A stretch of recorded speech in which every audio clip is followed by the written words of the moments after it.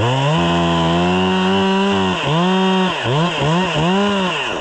I'm Sid, welcome back to the channel. In today's video I find myself at the top of a pretty big sketchy dead hemlock, taking a larger top than I would have liked to. I figured I'd start off by giving you a good sneak peek of one of the cool parts, but stick around if you want to see the whole job from start to finish. Let's just say, I don't think holding on too long is going to be a problem. I took some extra care to line this one up here because we had a pretty small window to make it work.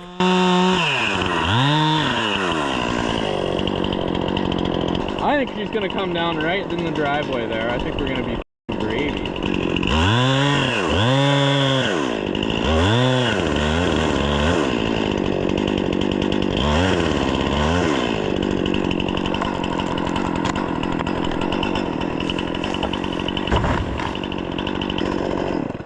Big hemlock removal today. The boys are just moving some planters out of the way. This big hemlock here is coming out. It's got a dead top. And then we're also removing this Douglas fir. Up and at it. Another trophy for the truck. For a guy who doesn't really like cutting down trees, I really like my kill count trophies. Well, I mean, this one's got a dead top. Like, it's gotta go. It's its time. Everyone has a time, and it's time for this hemlock to go. Oh, there's one on the Doug as well. Well done. It's not the old crowbar again. You want to do the honors, Augustine? Uh-oh. Saw that coming. Well. Okay. So confirmed. Thank you. 0268 and 0269. Thank you, Browning Arborist. The Wall of Fame. Just started our trophy wall, but it's good to add a couple more. I think we already had a Browning Arborist in there. What, we got a Monkey Tree Service. What else do we have? What's that one? City of Burnaby? Yeah, bylaw. Nice. That one's my favorite. Nice. Alright, well we got the spurs on and time to head a ways up there. Big boy. We're just starting by rigging out the lower limbs that aren't high enough to speed line yet, and then once we get high enough, we'll just speed line them out into the driveway so we don't have to drag them as far. That's some trunk.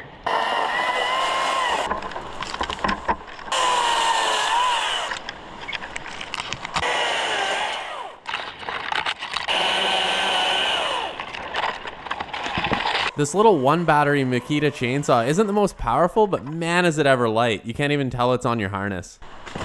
Just another 15 feet up to the first big branches. Setting up a basket hitch, and then we're ready to do the first limbs. Dave on the rope. All right, you can lower it.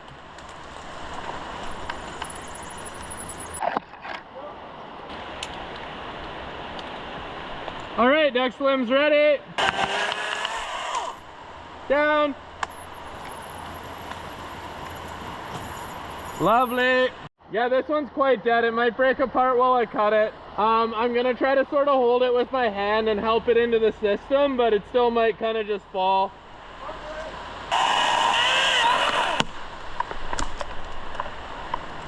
Nice, you can go down. I'm setting up a pulley here because the little red sling I was using isn't large enough to go all the way around the trunk, and there were no suitable limbs at the height I wanted to set the rigging point at. All right, we'll take a half wrap, Dave. It's a good size piece.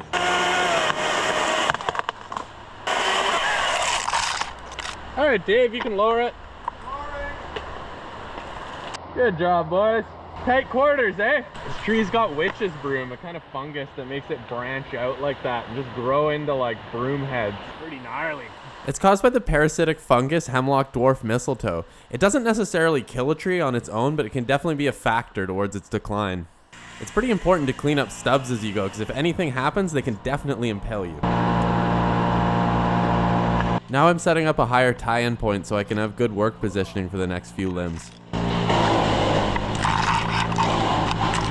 And we can set that up double rope so I can move around a little easier. Hey, now I can finish my wraps. Kind of supposed to use a cow hitch. It's got like a 20-foot piece of rope on this, and this trunk's still so thick, like 50, 70 feet up here, that I can't do a cow hitch, don't have enough tail, so I'm just doing a timber hitch, and you know what? Put 7 wraps in them, and they're super good enough. And we'll throw that down there. Well, if you're still watching, I guess you must like this sort of quick-paced long-form arborist content. Please like and subscribe, it really helps get the videos in front of more people. I plan to upload at least one video like this every month, so if you subscribe, you can watch them as I put them out. Stuck into the ground like a spear. So these branches are real big and hairy. It's got witch's broom fungus pretty bad. Just watch out, they seem to be pretty strong, but it's possible pieces could break off of them. So just be careful and think about that when we're, you know, hanging them and cutting them. They should be bomber, but you know how it is. When I cut some of these, it's very possible that like a big piece will just fall free. So when we're doing the initial cut and lower, just well out of the way.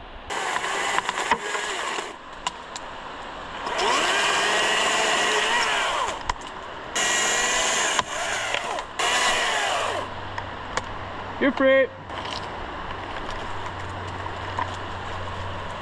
I noticed my lanyard was behind the line here, so I just decided to move it back and forth a little bit to avoid the rope burning it.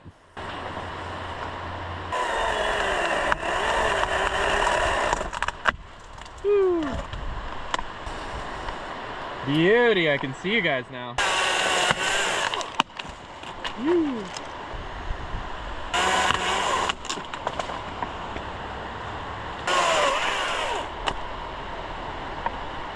Man, what a gorgeous place to be in a tree. All right, well, the branch removal's going pretty well here. We're about halfway up the tree. Just got a bit more to do up there. I'll probably start speedlining the top ones pretty soon. You can see we've cleared out a pretty good section down there. Man, is it a beautiful day to be up here. Got the Seymour River behind me. Gorgeous. Another day at the office.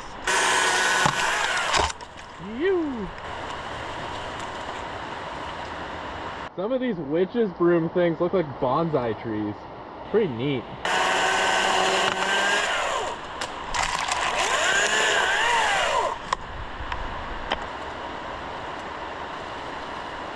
Now for the funner stuff. Let's get speedlining.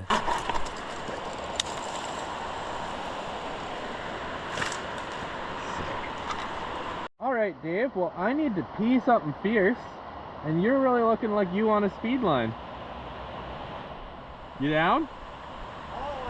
I gotta hand it to Dave, aka Squirrel Boy. The guy is always excited to climb. It's super appreciated, and it's really fun to just work with someone who's as stoked to climb as I am.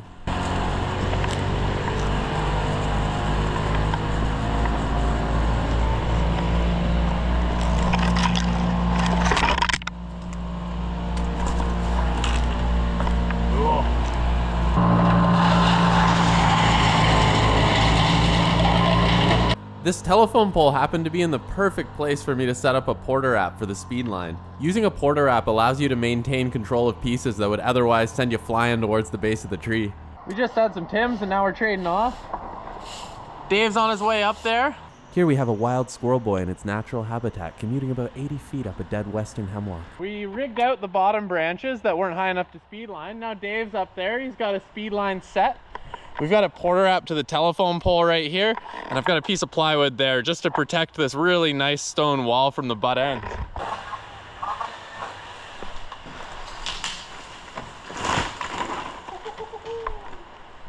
Heck yeah, that was rad.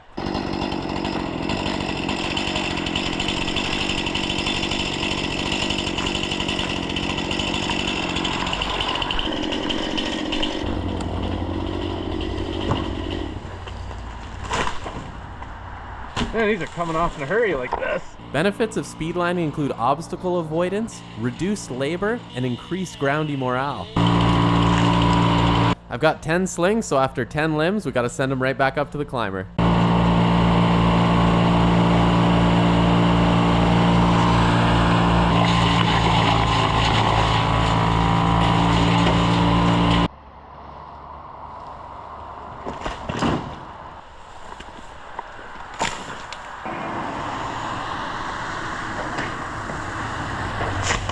Dave said there's mushrooms on this thing. Doing the test, see how brittle it is. We utilize the most sophisticated wood durability tests. Alright,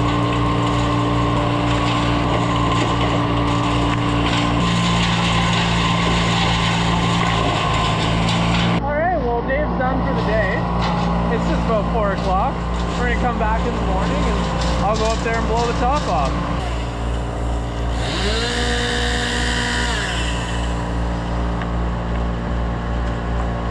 And it's just like it started like around the last whirl. You could see, okay, there's more bark sloughing off. There's like a lot of, you know, woodpecker holes. How do you gauge how much space do you need to blow the top? If it looks like you're not gonna hit anything, then you're probably good.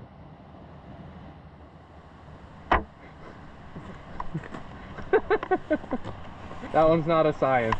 Realistically, I think we blow the top. I think the little branches act as a sail. I think the butt comes down through the edge of the dug fir canopy and hits like, the butt would probably hit like right around here. And you also like, you wouldn't like climb much higher? Or like, yeah, like I'll go up there and look at it. All right, you big old bean poon. Going up there, gonna chunk down that trunk and then gonna top the big one. Woo! While I was out running quotes, Dave and Augustin did an awesome job brushing out and topping the Douglas fir. Before I go back up the big hemlock, I figure I'll use it as a nice rigging point to chunk down the rest of this smaller tree.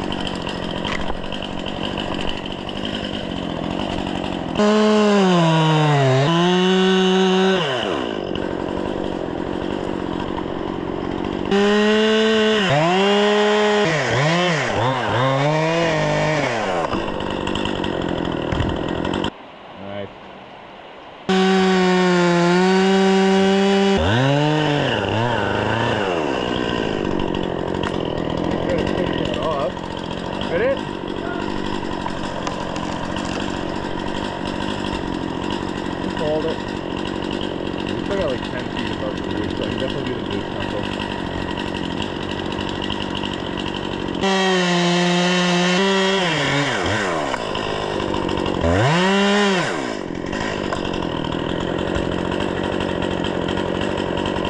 Wait for the swinging to calm down. Don't try to cut that up yet. There's a whole bunch of metal in it.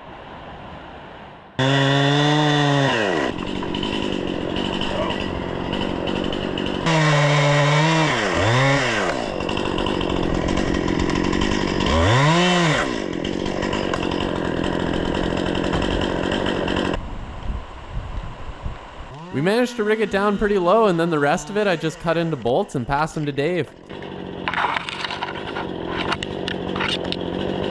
Thank you. So we got that little Douglas fir down that was beside it. There's a little funky rigging at the bottom, but worked out, nothing's broken. Now we're just stacking some logs here because we're thinking we're just gonna blow the top of that thing, no ropes, and aim for the driveway here, and we're just gonna stack this stuff up on the nice rock wall just to give it a little bit of protection.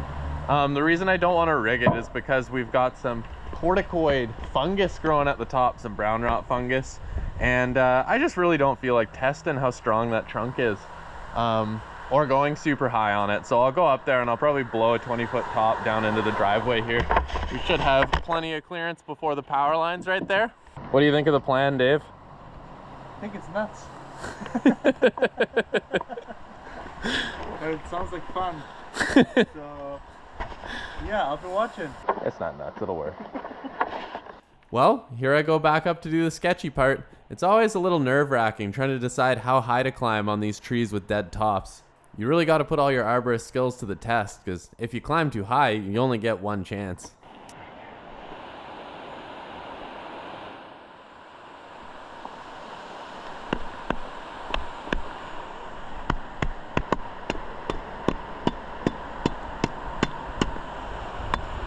The tree's not sounding awesome up here on the whack test. I'm gonna use the purple lifeline as a backup.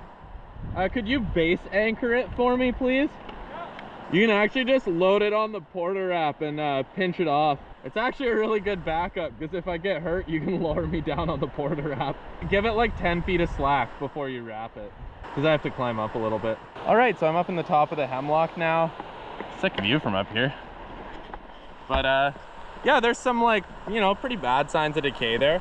I've got like a second backup rope here just as a fail-safe if the top snaps out.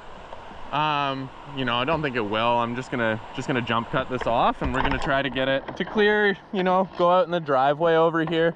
We've got the house there as an obstacle not to hit. And then the other targets are this rock wall, which we put a bit of plywood on to deaden the blow. I wouldn't usually do that, but the thing is that this is so rotten that it would just be a really, really bad idea to rig it out. Because then you're just putting so much more force on the trunk. So yeah, I mean, we have insurance just to play it safe. We're putting some wood there. I am gonna try to miss it. It's a little closer to the drop zone than I would like. And then the other targets, we have power lines there. We don't want to hit those. There's about 20 feet of tree above me, and I've got about 50 feet before that power pole, so that should be okay. And then this tree also is a protection factor for us for these lines. The service line that goes to the neighboring property runs behind the trunk of that tree, and there's no way this thing's gonna go through that tree and hit that line, so I'm not worried about that. So mainly it's just, you know, get a good enough jump cut, get my curves in so that it doesn't hit the house, and you know, try not to hit the wall, but the wall's a bit of a lower value target. It's, you know, it probably wouldn't do much damage if any, and so we'll cut it a little closer to the wall, but we're still gonna try to put it right on the concrete, see what we can do.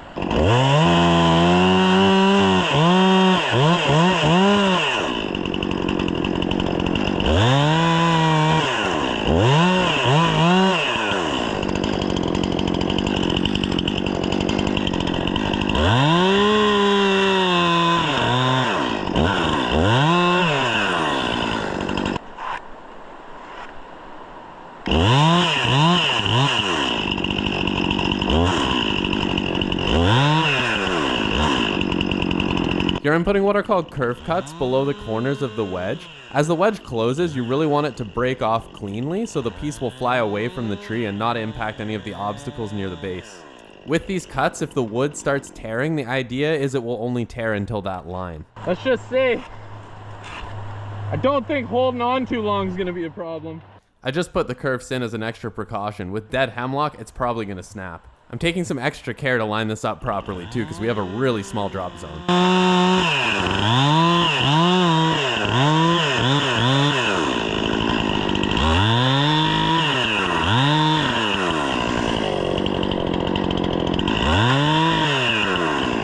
I think she's gonna come down right in the driveway there. I think we're gonna be gravy.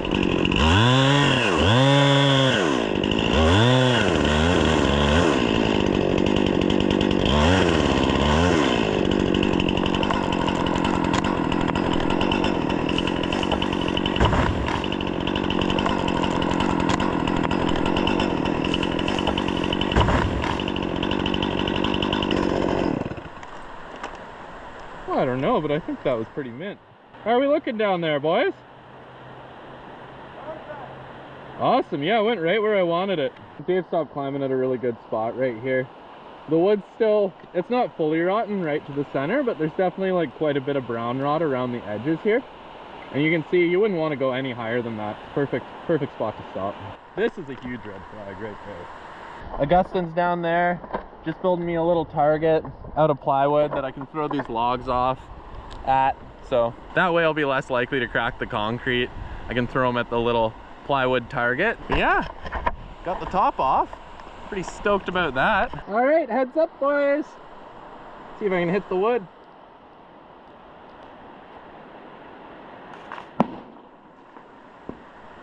The guys are just building me a little crash pad down there. The first piece jumped a little too much.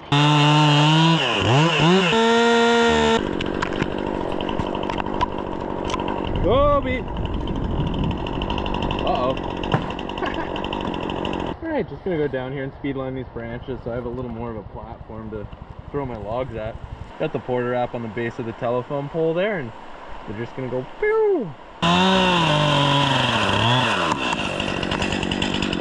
As I was saying, we figured we'd speedline some more branches down so we could have more of a cushion to throw the logs and hopefully reduce how much they're bouncing.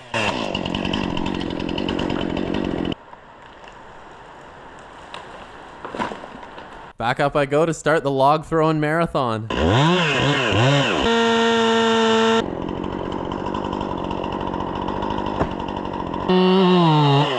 Before I get too far into this, how many logs do you think's in the whole trunk? Write your guess in the comments of what you thought before you saw everyone else's answer.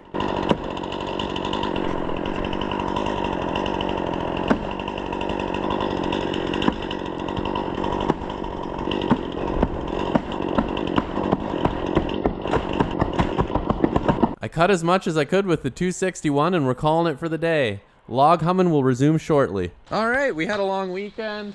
Just coming back to finish up this trunk. Dave thinks it'll take 2-3 hours. That'd be awesome. Nice bit of rain today. Let's get at it. Let's get at it.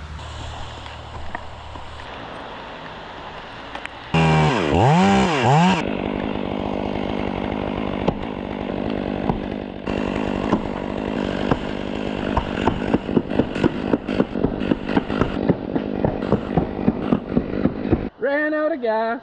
Gotta pass Dave the saw. Going pretty well. Takes a while to get these trees down though. When the trunks are this big, figured I'd just talk about why we're just cutting this trunk into Swiss cheese. As you can see, we're pretty close to the house, so there's not much room. Like if a rig did go wrong, it's like super high consequence. It's not like we're sort of, you know, got an open area under the tree. And then the other thing is that hemlock isn't like the most desirable wood. It's pretty heavy and like not as strong as others. And then this tree had like a whole bunch of like corticoid, like brown rot fungus up at the top. And it also had witch's broom. I'm not super confident on the integrity of the base of the tree. There's a lot of like wounds you can see that are closed over down there. So I suspect there could be some rot on the inside. It might be bomber all the way but down, but we don't know that. There's definitely some red flags.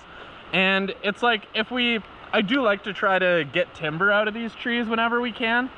But if we start rigging like 8-foot sections, it's gonna be, you know, 800 to 1,000 pound pieces coming down and impacting the trunk. And, you know, we don't have that much space down there. And I'm not super confident in the integrity of the tree.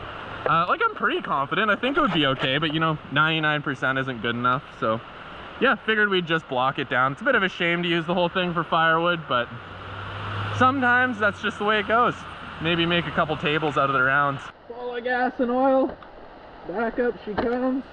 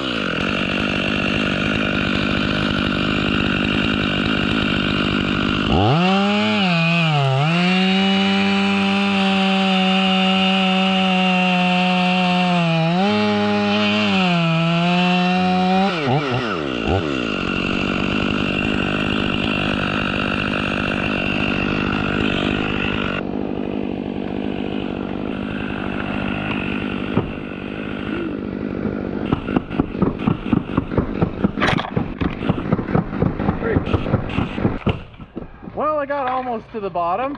Got maybe 3 more pieces before the roof, but I hit metal, so Dave's down there changing the chain out.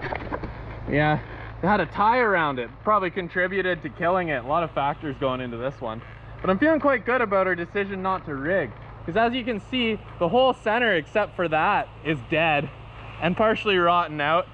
So, yeah, who knows? Maybe it's even worse at the base. And you know, 99% the tree's gonna be fine, but hemlock tends to get really, really brittle when it starts to brown rot out, like more so than other species. It's a scary one. You really gotta watch for hemis. What I would have been really scared of is if we like messed up a little and didn't let like a big, you know, 800-pound log run, and then it like catches, slams into the trunk, and then potentially the impact could crack the trunk. It's unlikely in a tree this thick, but when it's a hemlock with brown rot, you really don't want to be playing around with that, because if any tree is going to do it, like this is going to be the one. So what do you say, Dave? It was a good decision. Good call. Now we have 100 cookies to lift into the truck, so that's going to be awesome.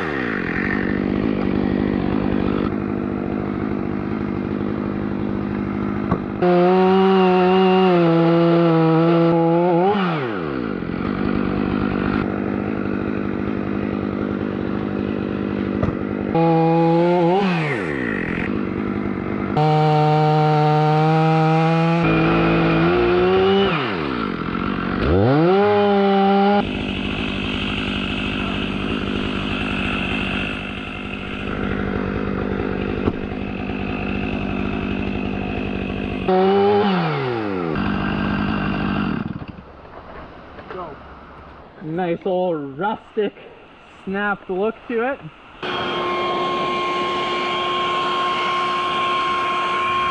Alright, well, you guys can go drop the chipper. Well, there we go. Our client wanted us to get the tree down to the roof line, put a little jagged edge in it so that it looks somewhat natural. It kind of blocks a gap in the fence there, down a little drop, so nice to leave the trunk. And I'm sure the woodpeckers will love it. That thing will fill up with bugs. Yeah, now you guys just gotta clean up the war zone, eh? Yeah, nothing we can't handle. That's the attitude. Nice, man. Well, the boys are just dropping the chipper and then they're gonna start loading wood. I'm gonna go home and I'm gonna edit YouTube videos. Day in the life of the boss. A little bit of a dirty job. Fun stuff. Well, I packed up my climbing gear and then I left the boys to it. I didn't feel too bad seeing as they did just stand around and watch me for 3 hours as I hummed down that spar pole. Anyways, that's it for me today. Thanks so much for watching, really appreciate it. I'll leave you with Augustin as he shows you around the cleaned up site. Hello boys and girls, this is after the carnage. As you can see, everything is cleaned up. This is what the customer is going to take. Looks like it never happened. There's the old hemlock. That's the old Doug fir stump, looking real small. And yeah, Bob is your uncle.